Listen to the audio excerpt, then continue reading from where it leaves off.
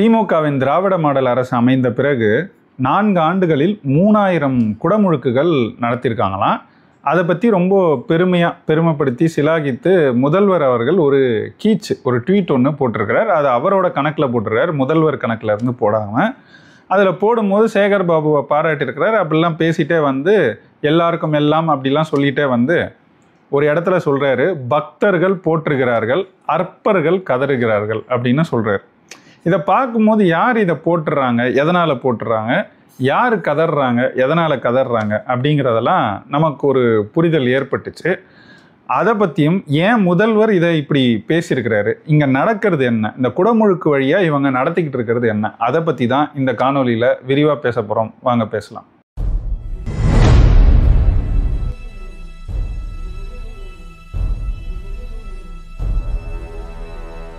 அனைவருக்கும் வணக்கம். இந்த திமுக அரசு அமைஞ்சது 2021 அமைந்த பிறகு இவங்க சேகர் பாபுவை இந்து சமய அறநிலையத்துறை அமைச்சராக போட்டாங்க. அப்போயே எல்லாருக்கும் தெரியும் அவர் ஒரு பக்திமான், அதனால் அவர் வந்து கோயிலாக சுற்றிக்கிட்டு இருப்பார். முதல்வர் குடும்பத்தை கோயிலாக கூட்டிகிட்டு போயிட்டு இருப்பார். அதையே பணியாக செய்யுங்க அப்படின்னு சொல்லி அவருக்கு இந்து சமய அறநிலையத்துறையை கொடுத்துட்டாங்க. கொடுத்த பிறகு அவர் நிறைய செயல்பாடுகளில் ஈடுபட்டிருக்கிறாருன்னு வச்சுக்கோங்களேன். அந்த செயல்பாடுகளை தொடர்ந்து போற்றிக்கிட்டே இருக்கிறாரு முதல்வர் அவர்கள். அதுவும் குறிப்பாக அவர் வந்து சேகர் பாபு இல்லை செயல் பாபு அப்படின்னலாம் அவரை புகழ்ந்திருக்கிறார். இந்த செயல் பாபு என்னெல்லாம் செயல்கள் செய்திருக்கிறார் அப்படின்னா, அவங்களே புகழ்ந்து சொல்லியிருக்கிறது 3000 கும்பாபிஷேகங்கள் நடத்திருக்காங்க. ஏன்னா குடமுழுக்குன்னு நம்ம சொல்லுவோம், அவங்க செய்தி குறிப்பு கொடுக்கும் போதும் சரி பேசும்போதும் சரி கும்பாபிஷேகம் தான் சொல்கிறாங்க. ரொம்ப யோசிச்சு நீங்கள் சொல்கிற இடங்கள்லாம் பாருங்கள், சேகர் பாபு பேசுகிற பேச்சுகளில் கும்பாபிஷேகம் அவருக்கு சாதாரணமாக வரும், குடமுழுக்குன்னு சொல்லுவார் சில இடங்கள்ல. அப்போ ரொம்ப தயக்கத்தோட ஒரு சின்ன இடைவெளிக்கு பிறகு தான் அவர் சொல்லுவார். ஏன்னா அது சிந்திச்சாதான் அவருக்கு வரும், இயல்பில் வராது. அது ஏங்கிறதெல்லாம் மக்களுக்கு தெரியும், அதை நம்ம மக்கள்கிட்டே விட்டுருவோம். இப்போ என்ன நடந்திருக்குன்னா, இங்கே 3000 நடத்திருக்கிறாங்க. அதில் அவங்களே சிலாகித்து ஒரு அறிக்கையும் கொடுத்துருக்குறாங்க. அதுபடி என்னென்னா 1491 நாட்கள் இந்த ஆட்சி அமைந்த அதில் 3000 குடமுழுக்குகள் நடத்தியிருக்கிறாங்க. அதில் முதல் குடமுழுக்கு வந்து 2021 26 செப்டம்பர் மாதம் நடத்தியிருக்கிறாங்க. தஞ்சை கும்பகோணம் பகுதியை சேர்ந்த திப்பிராஜபுரத்தில் இருக்கிற விக்ரம சோழீஸ்வரர் கோயிலில் நடத்தியிருக்கிறாங்க. அது முதல் குடமுழுக்கு. 1000வது குடமுழுக்கும் நடந்திருக்கு. அது வந்து சென்னை மேற்கு மாம்பலத்தில் இருக்கிற காசி விஸ்வநாதர் கோயில். அது 400 ஆண்டுகள் பழமையான கோயில். அந்த கோயிலில் நடந்தது. அது நடந்தது வந்து செப்டம்பர் மாதம் 2023 நடந்திருக்கு. இந்த குடமுழுக்கு நடக்கும் போதும் முதல்வர் அவர்கள் ரொம்ப சிலாகிச்சு எல்லாருக்கும் எல்லாம் அப்படின்னு சொல்லி தொடங்கி ஒரு ட்வீட் ஒன்று போட்டார். அதுவும் இங்கே இருக்கிற ஒரு செய்தியாளர், அவருக்கு எல்லாருக்கும் தெரிந்து ஒரு திமுக அனுதாபி, நேரடியாக ஒரு 200 ரூபாய் ஊப்பியாக நேரடியாக இல்லாமல் ஒரு ஊடகத்துறையில் இருக்கிற ஒரு ஊப்பி அவரோட ட்வீட் எடுத்து ரீட்வீட் பண்ணி அதுலேயே சொல்லியிருக்கிறாரு. சொல்லும் போது எல்லாருக்கும் எல்லாம் அப்படின்னாரு. அந்த எல்லாருக்கும் எல்லாம்னு திரும்ப அவர் இந்த குடமுழுக்குகள் பற்றி சொல்லும்போது சொல்கிறத நம்மளால் பார்க்க முடியுது. சொல்கிறேன் பின்னாடி அது ஏன். அடுத்து 2000வது குடமுழுக்கு வந்து மயிலாடுதுறையில் இருக்கிற வழுவூரில் இருக்கிற விரட்டேஸ்வரர் கோயிலில் நடந்துச்சு. அது ஆகஸ்ட் 2024 நடந்துச்சுன்னு வச்சுக்கோங்களேன். இப்போ இந்த மாதம் வந்து 2 நாள் முன்னாடி ஜூன் 5ஆம் தேதி அன்னைக்கு நாகப்பட்டினம் மாவட்டத்தில் திருப்புகலூரில் இருக்கிற அக்னீஸ்வரர் கோயிலில் குடமுழுக்கு நடந்துச்சு. அந்த குடமுழுக்கு தான் 3000வது குடமுழுக்கு. இவங்க ஆட்சிக்கு வந்த பிறகு 4 ஆண்டுகளில் இது நடத்தியிருக்கிறதா சொல்லி அவங்க புகழ்ந்துக்கிறாங்க அவங்களே. இந்த 3000வது குடமுழுக்கு நடத்தின உடனே சேகர் பாபு செய்தியாளர்கள்ட்ட பேசுகிறாரு. பேசின உடனே அந்த செய்தி எடுத்து முதல்வர் அவர்கள் அவருடைய தனிப்பட்ட கீச்சு கணக்கில் அவர் ஒரு செய்தியை போட்டிருக்கிறார். என்னன்னா, திராவிட மாடல் அப்படின்னு தொடங்கி ஆட்சி பொறுப்பேற்ற 1491 நாட்களில் தமிழ்நாட்டில் உள்ள 3000 திருக்கோயில்களில் குடமுழுக்கு பெருவிழாக்கள், எல்லோருக்கும் எல்லாம் எனும் நம்ம ஆட்சியை பக்தர்கள் போற்றுகிறார்கள், அற்பர்கள் கதறுகிறார்கள். வாழ்த்துகள் சேகர் பாபு மற்றும் இந்து சமய இந்து சமய அறநிலையத்துறை ஐடியை போட்டு டீம் அப்படின்னு போட்டிருக்கிறார். அதாவது நம்ம என்ன சொல்ல விரும்புகிறோன்னா, ஒரு ட்வீட்டில் கூட அதை வந்து துறைக்கு வாழ்த்துக்கள் பாராட்டுகள் அப்படின்னு சொல்கிறத விட்டுட்டு டீம் அப்படின்னு சொல்கிறாருன்னா எந்த அளவுக்கு தமிழை வாழ வைக்கிறாருன்றது நமக்கு தெரியும். இப்போ இந்த குடமுழுக்குன்னு அவர் பயன்படுத்தியிருக்கிறதே பல இடங்களில் கும்பாபிஷேகம் தான் பயன்படுத்தப்படுது. இந்த குடமுழுக்குங்கிற பயன்பாடே வந்து நாம் தமிழர் கட்சி இங்கே வந்து தலையெடுத்த பிறகு தான் இந்த சொல் மாற்றம் கூட இங்கே ஏற்பட்டிருக்கு. இது ஒரு புறம் இருக்கட்டும். இந்த தமிழில் இந்த குடமுழுக்கு நல்லது தானே, சரியாக தானே செய்கிறாங்க, 3000 நடத்திருக்கிறாங்க, இது தானே செய்யணும், அந்த துறை செய்ய வேண்டிய செயல்பாடை தானே செஞ்சுருக்கிறாங்க, அதை தானே முதல்வர் பாராட்டி இருக்கிறாரு அப்படின்னா, இதில் நடக்கிறத நம்ம ஒரு நுண்ணரசியல் நடந்துக்கிட்டே இருக்கு, அதை நம்ம புரிஞ்சுக்கணும். என்னென்னா, பொதுவாக இங்கே நீண்ட காலமாக தமிழ் அமைப்புகள் அப்படின்னு சில அமைப்புகள் எப்போவுமே குரல் கொடுத்துட்ருப்பாங்க. இந்த கும்பாபிஷேகம் நடக்கிறது எல்லாத்தையும் தமிழில் குடமுழுக்கு நடத்தணும், அதுவும் தமிழில் நடத்தணும் அப்படிங்கிறது ஒரு தொடர் முன்னெடுப்பாக தொடர் கோரிக்கையாக வச்சுக்கிட்டே இருப்பாங்க. எப்பேற்பட்ட ஆட்சிகள் இங்கே அமைந்த போதும் அது நடைபெற்றதே கிடையாது, இவங்க நடத்தினதே கிடையாது. ஏன்னா இவங்க திரும்ப திரும்ப என்னென்னா, நாங்கள் தான் இதை செஞ்சோம், நாங்கள் தான் அதை செஞ்சோன்னு பேசிக்குவாங்க. அதனால தான் நம்ம வந்து இந்த கேள்விகளை இந்த திமுக அரசு மேலே எழுப்புகிறோம். குறிப்பாக பார்த்தீங்கன்னா, இந்த இந்து சமய அறநிலையத்துறை தொடங்கினதே நீதி கட்சி காலத்தில் தான், எங்களோட கட்சி தான் தொடங்குச்சு அப்படின்னு இவங்க நீதி கட்சியோட தொடர்ச்சிங்கிறத சொல்லிக்கிறதுனால அப்படி சொல்லிக்குவாங்க. நீதி கட்சி தான் தொடங்குச்சு, நாங்கள் இது வரைக்கும் அதை சிறப்பாக செஞ்சுருக்கிறோம், நாங்கள் ஆட்சியில் இருக்கும்போது தான் அதிகமான கும்பாபிஷேகங்கள் நடக்குது, இப்படியெல்லாம் பேசிக்குவாங்க. ஆனால் அதை தமிழில் நடத்துறதுக்கு உங்களுக்கு என்ன சிக்கல்னு கேட்டோம்னா பதிலே வராது. இப்போ இதை முறியடிக்கிறதுக்கு கடந்த ஒரு 10-12 ஆண்டுகளில் பெரும் முயற்சிகள் இங்கே மேற்கொள்ளப்பட்டது. குறிப்பாக தஞ்சை பெருவுடையார் கோயிலில் குடமுழுக்கு நடக்கும்போது அதை தமிழில் நடத்தணும்னு நாம் தமிழர் கட்சி, ஐயா மணியரசன் அவர்கள், அவங்க வச்சிருக்கிற அமைப்புகள் எல்லாரும் சேர்ந்து வழக்கு தொடுத்தாங்க. அந்த வழக்கில் நீதியரசர் சொன்னபடி அதை தமிழ்லையும் நடத்தணும் அப்படின்னு சொல்லிட்டாங்க. 50 விழுக்காடு சமஸ்கிருதம், 50 விழுக்காடு தமிழ்னு ரெண்டுக்கும் அதே அளவு முக்கியத்துவம் கொடுத்து நடத்தணும்னு சொல்லியிருக்கிறாங்க. நமக்கு என்ன கேள்வினா, நாங்கள் தான் இங்கே இந்தியை எதிர்த்தோம், சமஸ்கிருத அந்த ஆக்கிரமிப்பை வந்து குறைச்சோம் அப்படின்னலாம் இந்த திராவிட தரப்பில் தொடர்ச்சியாக பேசுவாங்க. நீங்கள் பார்த்தீங்கன்னா பெரியார் செஞ்சார் அப்படின்லாம் பேசுவாங்க. அவங்களோட பேச்சுகள்ல இருந்து அது குறைஞ்சதே கிடையாது. இன்றைக்கு வரைக்கும் அவங்க சமஸ்கிருத கலந்து பேசுவாங்க. அது மட்டும் இல்லாமல் வடமொழி கலப்பு இல்லாமல் பேச முடியாது அவங்களால. அதே மாதிரி ஆங்கிலமும் பெரிய அளவுக்கு அவங்க பேச்சில் கலப்பில் இருக்கும். இப்படி தான் அவங்க இருந்திருக்கிறாங்க. ஐயா கருணாநிதியே தமிழ் நல்லா தெரிந்திருந்தாலும் பல இடங்களில் வேணும்னே பயன்படுத்துகிற மாதிரி தான் இருக்கும். மருத்துவமனைன்னு எளிமையாக சொல்லக்கூடியதை ஆஸ்பத்திரின்னு பல இடத்துல சொல்லியிருக்கிறாரு. அப்போ இந்த மாதிரி அவங்க தமிழுக்கு கேடு செஞ்சுக்கிட்டே இருப்பாங்க. அவங்க உண்மையான நோக்கம் தமிழை வாழ வைக்கிறதா இருக்காது. அப்படி தான் இந்த பெருவுடையார் கோயிலுக்கு பெறப்பட்ட அந்த நீதி இருக்குல்ல, அப்போ சொல்லும் போதே நீதியரசர் என்ன சொல்லிட்டாரு, இதை வந்து தொடர்ச்சியாக இனிமேல் வர எல்லா குடமுழுக்குகளுக்கும் பயன்படுத்திக்கலாம், இனிமேல் இதே மாதிரி இந்த முறையையே பயன்படுத்தலாம்னு சொல்லிட்டார். சொன்ன பிறகும் சரி எடப்பாடி ஆட்சியில் செய்யலை, அவங்க வந்து அடிமை ஆட்சின்னு சொன்னீங்க, அதனால் அவங்க செய்யலைன்னே வச்சுக்கோமே, நீங்கள் ஆட்சி அமைந்த பிறகு 3000 இந்த குடமுழுக்குகள் நடத்தியிருக்கிறீங்க. 3000ல் எத்தனையா தமிழில் நடத்திருக்கீங்க அப்படின்ற கேள்வியை கேட்டோம்னா 1 கூட இல்லை அப்படிங்கிறது தான் பதில். அவ்வளவு கேடுகெட்ட ஒரு ஆட்சியாக தான் இந்த ஆட்சி இருந்திருக்கு. சமஸ்கிருதத்தை தூக்கி பிடிக்கும் ஆட்சின்னு சொல்லி நீங்கள் பெருமை பீத்திக்கிட்டீங்கன்னா உங்கள் கூட சேர்ந்து உங்களை நாங்களும் பாராட்டுறோம். தமிழருக்கான ஆட்சின்னு நீங்கள் சொல்லவே கூடாது. இதில் தான் நமக்கு கோவம் வருது. அவர் சொன்னார்ல எல்லோருக்கும் எல்லாம் அப்படின்னு, திராவிட மாடல்லாம் என்ன, எல்லோருக்கும் எல்லாம்.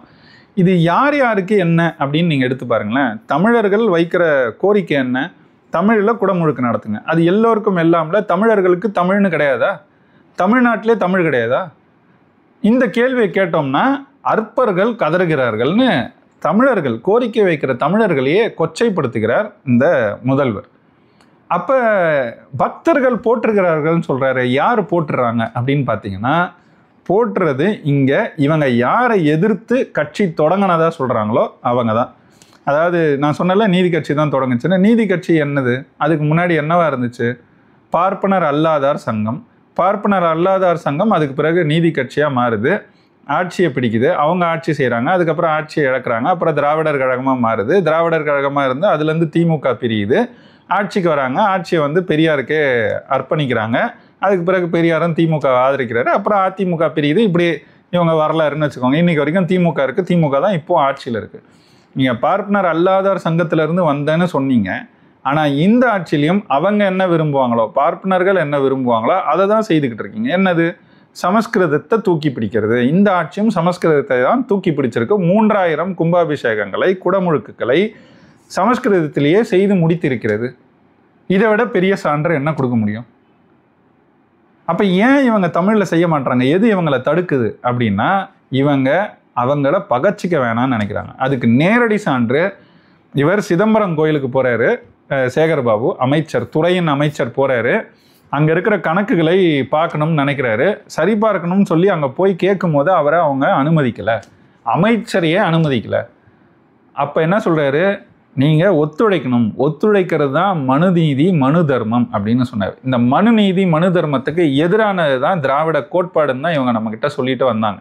ஆனால் அந்த மனு நீதி மனு தர்மத்தின்படி நடந்துக்கோங்கன்னு அவங்க அமைச்சரே போய் அங்கே பேசுகிறத நம்ம காட்சிகளில் பார்த்தோம். இப்போ இந்த குடமுழுக்கு சமஸ்கிருதத்தில் நடக்கிறது நேரடியாக எப்படி அவங்களுக்காக செய்கிறாங்கன்னு நம்ம சொல்கிறோம் அப்படின்னா, ஒன்று அவர்கள் தூக்கி பிடிக்கும் ஆரியர்கள் தூக்கி பிடிக்கும் மொழி தான் சமஸ்கிருதம்.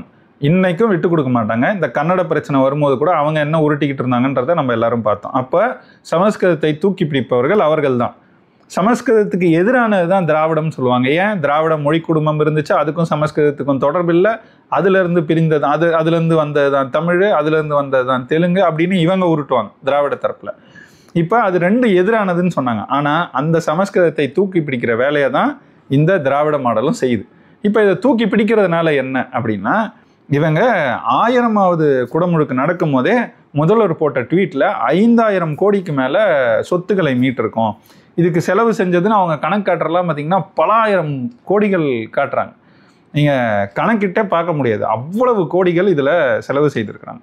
இப்போ கூட பார்த்திங்கன்னா சேகர்பாபு சொல்லும் போது 5600 கோடி ஏதோ சொல்கிறாரு, அந்த அளவுக்கு நம்ம இது வரைக்கும் செலவு பண்ணியிருக்கோம்னா, ஒவ்வொரு இடத்துலையும் செய்தி வரும்போது பார்த்திங்கன்னா 1.5 கோடி 2 கோடி 6 கோடி 4 கோடின்னு அவங்க.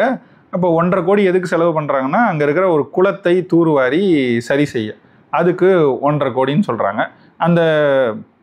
அதுக்கு பிறகு அங்கே சுற்றி சில மராமத்து பணிகள் செய்வாங்க, தேர்களை புனரமைப்பாங்க.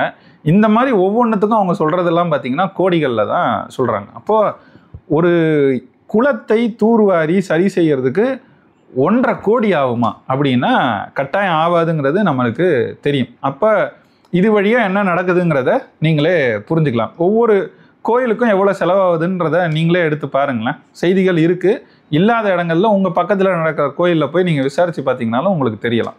ஓரளவுக்கு பெரிய கோயிலாக விசாரிச்சிங்கன்னா உங்களுக்கு இன்னும் நல்லா துல்லியமாக என்ன நடக்குதுங்கிற. ஏன்னா சின்ன கோயிலில் பெரிய அளவுக்கு சம்பாதிக்க முடியாது, கொஞ்சம் பெரிய கோயில்களில் போய் கேட்டிங்கன்னா கட்டாயம் தெரியும்.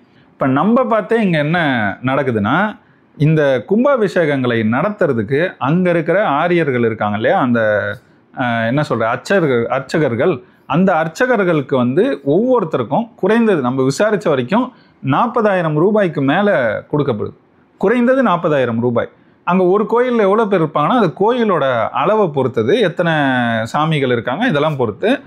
குறைந்தது ஒரு 5 பேராவது இருக்காங்க, 8 பேராவது 5லேருந்து 8 பேர் குறைந்தது இருப்பாங்கன்னு நம்ம கேள்விப்பட்டோம். அப்போ ஓதுவார்கள் இருக்காங்களா அப்படின்னா 1லிருந்து 2 ஓதுவார்கள் சில கோயில்களில் தான் இருக்காங்க. அதுவும் எப்படின்னா உங்களுக்கு தெரியும், அவங்கள அழைச்சாதான் வருவாங்க. அதுக்கும் ஒரு உள்கதை இருக்குது. என்னென்னா, இந்த ஆட்சி அமைந்த பிறகு அன்னை தமிழில் அர்ச்சனைன்னு கொண்டு வந்தாங்க. அப்போவே நம்ம எதிர்த்தோம், அர்ச்சனைங்கிறதே தமிழ் சொல் இல்லை, நீங்கள் அப்படி கொண்டு வந்தால் எங்கேருந்து தமிழை வாடகை வைக்க போகிறீங்க அப்படின்னு நம்ம கேட்டபோது அதுக்கு ஏதோ ஒரு பதிலை சொன்னாங்க. அப்புறம் கொஞ்சம் காலம் கழித்து அதை வழிபாடுன்னு கூட மாற்றினாங்க. ஆனால் அதை செஞ்சது என்னென்னா, ஓதுவார்களை நாங்கள் நியமிக்கிறோம் அப்படின்னு சொன்னாங்க. அப்போ அங்கே போயிட்டு ஓதுவார்களை நீங்கள் கோயிலில் போய் நம்மளும் செஞ்சோம், அதை ஒரு பெரிய முன்னெடுப்பாக போய் கேட்டிங்கன்னா அவங்க ஒரு நம்பர் தருவாங்க, இல்லைன்னா அவங்களே கூப்பிடுவாங்க. ஓதுவார் இருப்பாராம், அவருக்கு ஃபோன் பண்ணி கூப்பிட்டா தான் வருவார். அங்கே யாராவது வழிபாடு அர்ச்சனை தமிழில் செய்யுங்கன்னு சொன்னால் அவங்களுக்கே நம்பர் கொடுத்து நீங்கள் கூப்பிடுங்கன்னு சொல்லுவாங்க. அப்படி இல்லைன்னா அவங்க கூப்பிடுவாங்க, கூப்பிட்டா வருவார். ஆனால் சமஸ்கிருதத்தில் செய்யணும்னா அங்கே இருக்கிறவங்களே செய்வாங்க, அங்கே எப்போவுமே இருப்பாங்க. அப்போ இங்கே எது முன்னிலைப்படுத்தப்படுதுன்னு நமக்கு தெரியுது. அதே மாதிரி தான் இப்போ குடமுழுக்குகள் முழுக்க முழுக்க சமஸ்கிருதத்தில் செய்யப்படுது. அப்போ யாரால் செய்யப்படும்னு உங்களுக்கு தெரியும். அப்போ இப்படி செய்கிறவங்க இதில் இருக்கிற பொருளாதாரத்தை மட்டும் எடுத்து பார்த்தா, அதாவது வெறும் இந்த கும்பாபிஷேகம் நடத்துகிறாங்க, அதுக்கு அங்கே இருக்கிற அர்ச்சகர்களுக்கு அதை கும்பாபிஷேகத்தை நடத்துகிறவங்களுக்கு அவங்க கொடுக்குற தொகையை எடுத்து பார்த்தா ஒருத்தருக்கு குறைந்தது 40,000 ரூபாய் சொல்கிறாங்க. அதிலிருந்து இன்னும் அதிகமாக போகுது. ஒரு 8 பேருக்கு கொடுக்குறாங்க, 6 பேருக்கு கொடுக்குறாங்கன்னு நீங்கள் கணக்கு பண்ணி பாருங்களேன். அப்போ இதில் பல லட்சம் ரூபாய், ஒரு கோயிலுக்கும் பல லட்சம் ரூபாய் இந்த அர்ச்சகர்களுக்கு மட்டும் செலவிடப்படுது இந்த கும்பாபிஷேகம் குடமுழுக்குகள் நடத்தும் போது. அப்போ இதை 3000 கோயிலுக்கு நீங்கள் கணக்கு பண்ணி பாருங்கள், எவ்வளோ வருதுன்னு பாருங்கள். அடிப்படையில் 5 பேர் இருக்காங்கன்னு நம்ம கணக்கு போட்டு 40,000 ரூபாய் தான் ஒருத்தருக்கு கொடுக்குறாங்கன்னு நீங்கள் கணக்கு போட்டால் கூட 3,000 கோயில்களுக்கு அதை செய்யும் போது குறைந்தது 60 கோடி ரூபாய்ன்னு வருது. இது ரொம்ப ரொம்ப குறைவு. இன்னும் பல பேர் ஒரு சில கோயில்கள் பெரிய கோயில்களுக்கெல்லாம் போகும்போது 20-25 பேருக்கு மேலே இருந்து செய்கிறாங்க. அப்போ அவங்க எல்லாருக்கும் இது மாதிரி இல்லை இதை விட அதிகமான தொகை கொடுக்குறாங்க. அப்படி நீங்கள் கணக்கிட்டுட்டே வந்தீங்கன்னா இங்கே சில 100 கோடிகளாவது இவர்களுக்கு இந்த குடமுழுக்குகளை நடத்துவதன் மூலம் சம்பளமாக கொடுத்திருக்கிறார்கள். இது அவங்களுக்கு மாதம் மாதம் இருக்கிற சம்பளத்தை, தட்டில் விழும் பணத்தை தவிர அதிகமாக கொடுக்கப்படும் பணம். அப்போ இவர் எல்லோருக்கும் எல்லாம்னு திரும்ப திரும்ப சொல்கிறது யாருக்குன்னா ஆரியர்களுக்கு எல்லாம், அந்த கோயில்களில் எல்லாமே அவங்களுக்கு நடக்கும், அவங்க நினைக்கிறதெல்லாம் நடக்கும். ஆனால் இன்னொரு பக்கம் என்ன பீர்த்திப்பாங்கன்னா, இதுதான் முதல்ல பார்ப்பனர்களே இல்லாத ஒரு சட்டப்பேரவையை நாங்கள் அமைச்சிருக்கோம், இது வரைக்கும் அந்த மாதிரி இருந்ததில்லை, இப்போ தான் அமைஞ்சிருக்கு அப்படின்னு இந்த ஆட்சி அமைந்த போது பெருமை பேசினார் இந்த முதல்வர். ஆனால் இன்னொரு பக்கம் என்ன செஞ்சுக்கிட்டு இருக்கிறாரு, அவர்களுக்கு அவர்கள் மனம் குளிரும்படி, அவர்களுக்கு பெரிய அளவுக்கு பொருளாதாரம் சேரும்படி திட்டங்களை வகுத்து அவர்களுக்கு பணம் சென்று சேரும்படி பார்த்து கொள்கிறார். அதை செய்து முடிக்கும் சேகர்பாபு, அமைச்சர் சேகர்பாபுக்கு பாராட்டுகளையும் தெரிவிக்கிறார். அப்போ இங்கே என்ன நடக்குதுங்கிறத மக்கள் தான் புரிஞ்சுக்கணும்.